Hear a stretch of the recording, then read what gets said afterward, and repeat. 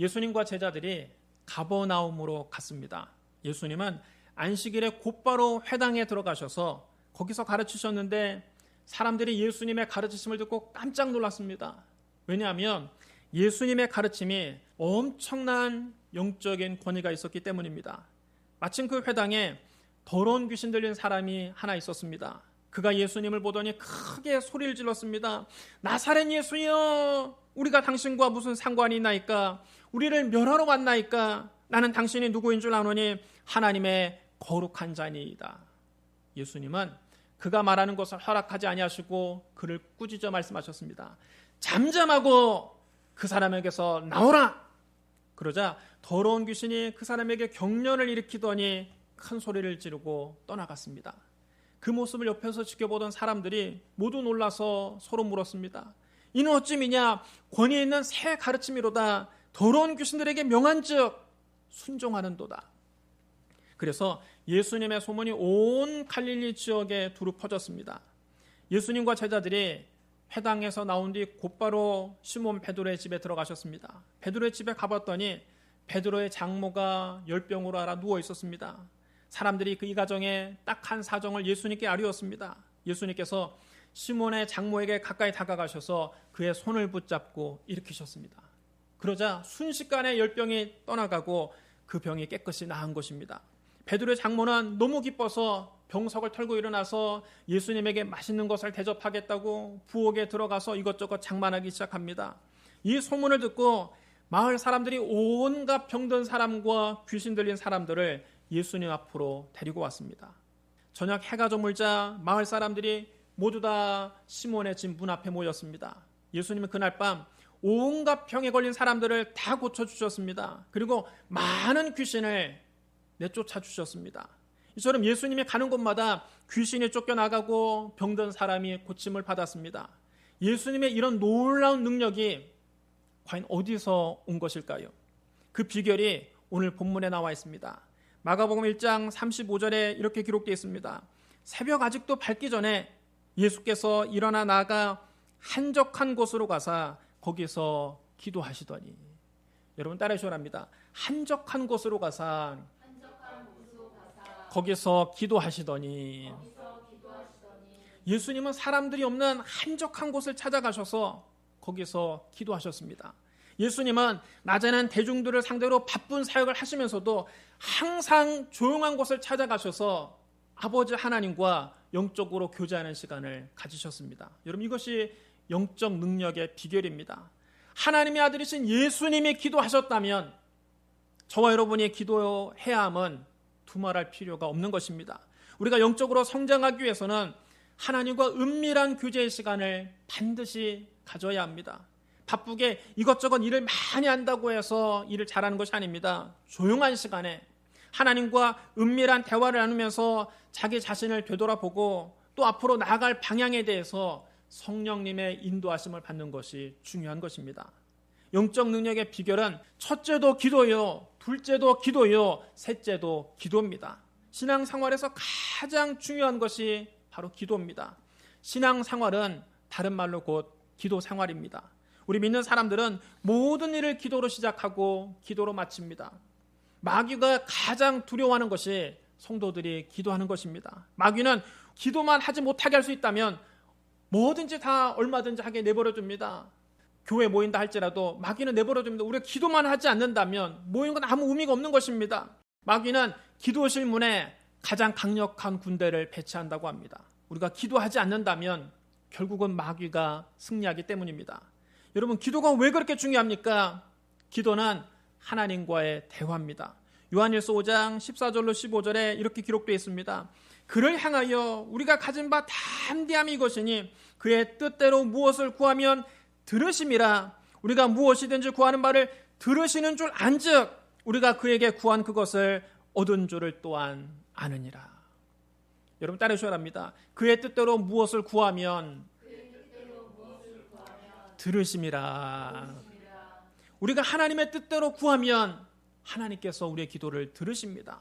여러분 우리의 기도는 허공을 향한 넋두리가 아닙니다. 우리의 기도는 혼잣말로 중얼거리는 것이 아닙니다. 우리의 기도를 들으시는 분이 계십니다. 여러분, 마치 우리가 전화를 할 때 상대편이 얼굴이 보이지 않는다 할지라도 수화기 넘어 저 건너편에 우리의 말을 듣는 이가 있는 것처럼, 여러분, 하나님 우리 눈에 보이지 않지만 반드시 우리의 기도를 듣고 계십니다. 기도는 무의미한 주문을 외우는 것이 아니라 우리의 기도를 듣고 계신 살아계신 하나님과의 의미 있는 대화입니다. 하나님이 여러분 기도한 걸 다 듣고 계십니다. 여러분, 이것을 믿고 기도하시기를 주님의 이름으로 축원합니다. 또 기도는 영적인 호흡입니다. 다윗은 이렇게 말했습니다. 백성들아, 시시로 그를 의지하고 그의 앞에 마음을 토하라. 하나님은 우리의 피난처시로다. 여러분, 따라해 주셔야 합니다. 그의 앞에 마음을 토하라. 여러분, 하나님 앞에 우리의 마음을 토해놓는 것이 바로 기도입니다. 우리는 산소를 들이마시고 이산화탄소를 내뿜으며 호흡을 합니다. 마찬가지로 우리는 기도를 통해서 우리의 더럽고 추악한 죄를 다 토해내고 하나님으로부터 새로운 생명력을 공급받는 것입니다.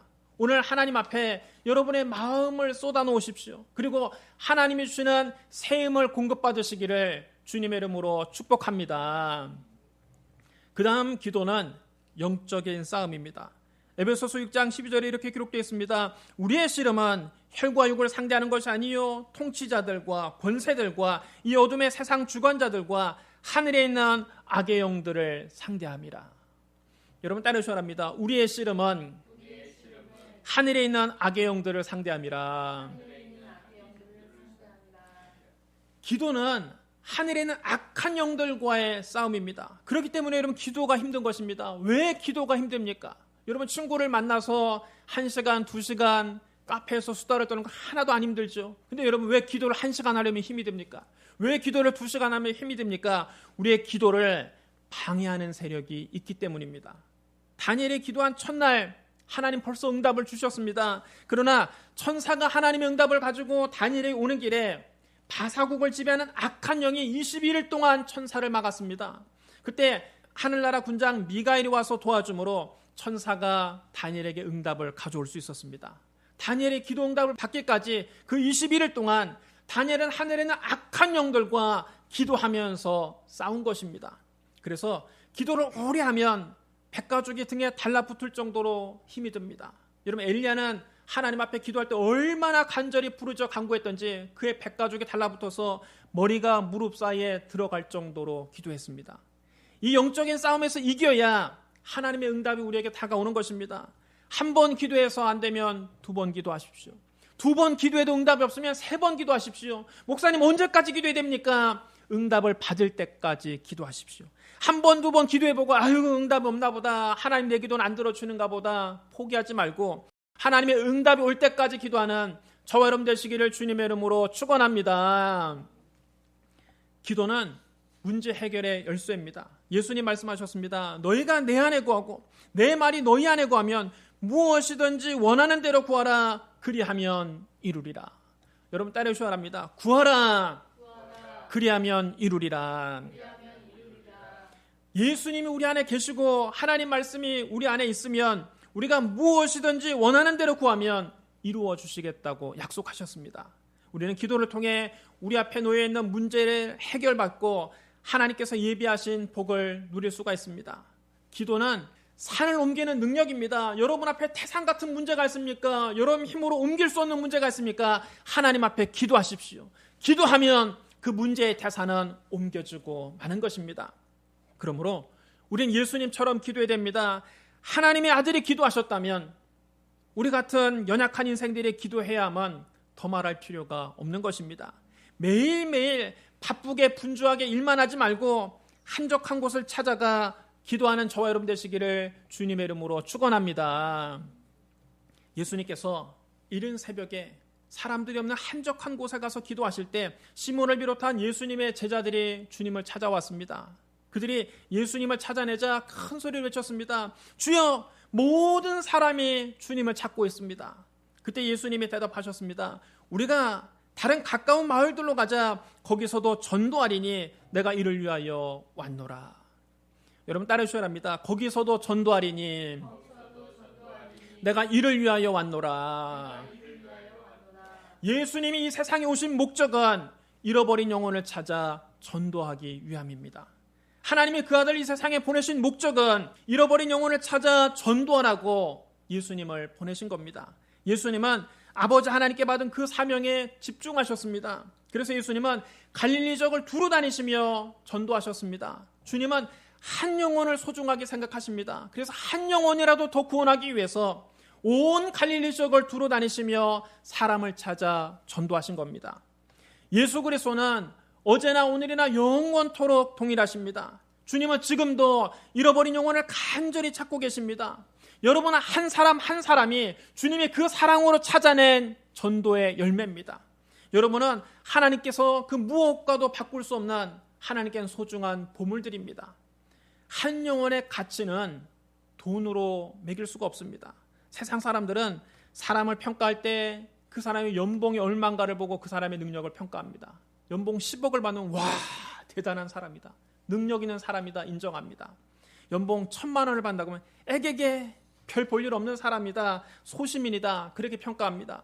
세상 사람들은 사람을 평가할 때 연봉이 얼마냐, 얼마짜리 집에 사느냐, 얼마짜리 차를 타고 다니느냐, 얼마짜리 옷을 걸치고 다니느냐 다 돈으로 평가합니다. 그러나 하나님은 저와 여러분을 보실 때 돈의 가치로 평가하지 않으십니다.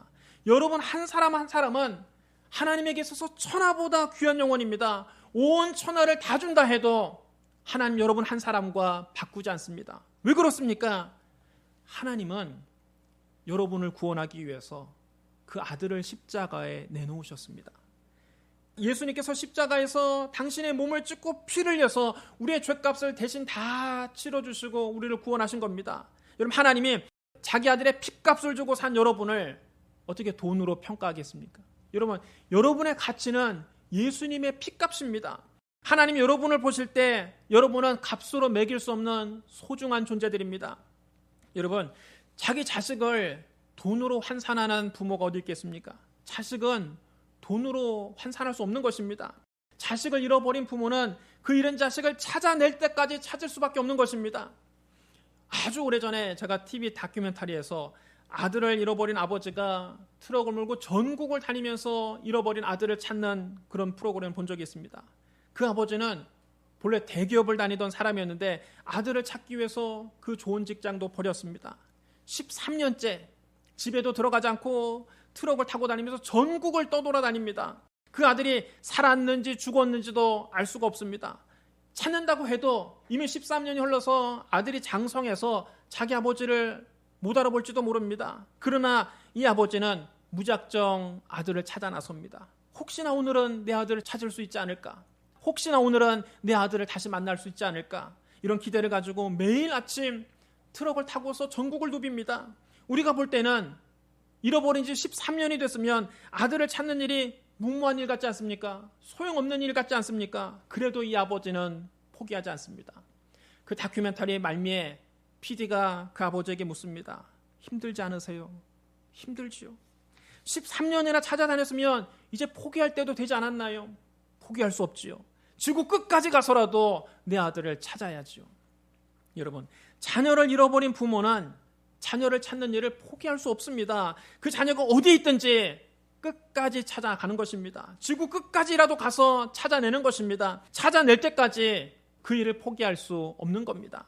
여러분 주님도 저와 여러분을 이렇게 찾으신 겁니다. 나 하나쯤이라고 해서 하나님이 절대로 포기하지 않습니다.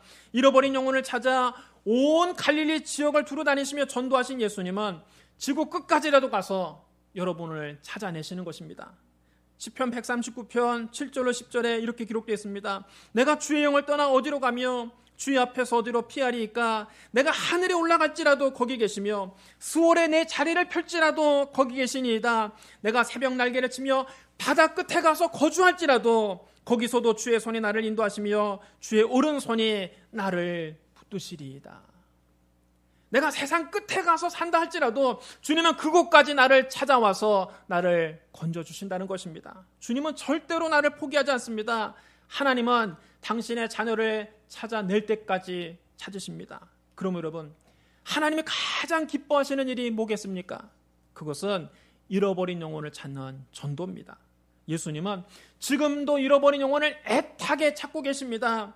주님이 이제 우리를 통해서 그 잃어버린 영혼을 찾기를 원하십니다. 주님의 심장을 가지고 하나님의 마음을 가지고 잃어버린 영혼을 찾아가는 저와 여러분 되시기를 주님의 이름으로 축원합니다. 사랑하는 성도 여러분, 예수님이 기도하셨으니 우리도 기도해야 됩니다. 예수님이 전도하셨으니 우리도 전도해야 됩니다. 예수님처럼 한적한 곳에서 하나님과 매일 영적인 교제를 나누십시오. 예수님처럼 한 영혼을 소중하게 생각하고 전도하십시오. 예수님처럼 기도하고 예수님처럼 전도하는 저와 여러분 되시기를 주님의 이름으로 축원합니다. 우리 기도하겠습니다. 사랑과 은혜가 풍성하신 하나님 아버지, 예수님을 통해 우리에게 기도와 전도를 가르쳐 주시니 감사합니다. 예수님이 기도하신 것처럼 우리도 기도하게 하여 주옵소서. 매일 하나님 아버지와 교제하게 하여 주옵소서. 예수님이 전도하신 것처럼 우리도 전도하게 하여 주옵소서. 주님의 심장 가지고 잃어버린 영혼을 찾아가게 하여 주옵소서. 주여, 우리를 주님의 도구로 사용하여 주옵소서. 예수님 이름으로 감사하며 기도드리옵나이다. 아멘.